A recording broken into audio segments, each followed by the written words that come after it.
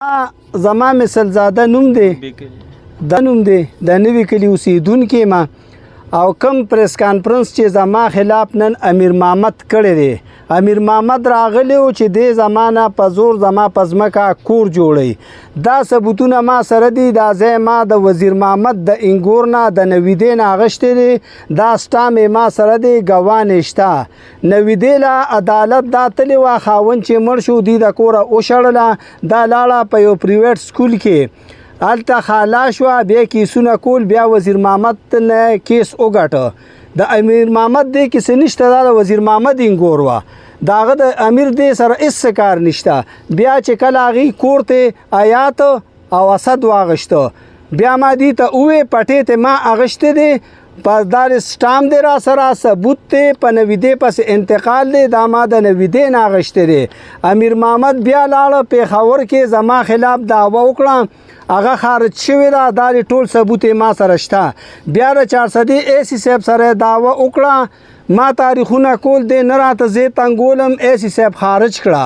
د هغې نه بعد بیا ووی چې زه کارونه کوم او زما کارونه وه، زما په خلاف یې په دویم ځل دعوه وکړه. چې کله په دویم ځل دعوه وکړه، نو زما وکیل ته دا مطالبه وکړه چې ما له د کرونا سرټیفیکټ ثبوت چې ته کوم ځای داخل وي راوې نړو. ایسي صاحب بیا دا خارج کړه. د دې قصه د امیر محمد ما سره هېڅ کار نشته، هسې بې سمې تنګۍ. دا ما د وزیر محمد د انګور نه د نویدې نه اخیستی دی، د عدالت ډیګري او دا 3 ځله خارج کېدل ما سره دي.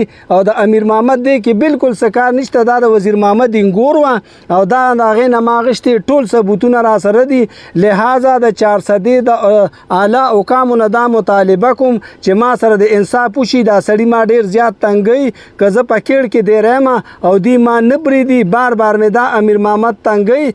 امیر محمد خپله ځمکه خرڅه کړې ده، 10 مرلې یې په رفیع خرڅه کړې چې حسین نظیب زوی دی، او 19 مرلې چې ده نو دی په غازي خرڅه کړې ده، هغه واره له اخیستی چې د عنایت زوی دی، د خپله خرڅه کړې ده. خو بار بار دی ما تنګوي، بار بار ما تنګوي. لہذا مهرباني دې وشي، دا ما سره ثبوت دی چې دوی زما دا بلاکونه کور یې راله یو ځل نړولی دی، په دویم ځل یې راله بلاکونه مات کړي دي. دا هر څه ما سره داري موجوده شته، ټول ډاکومنټس را سره دي.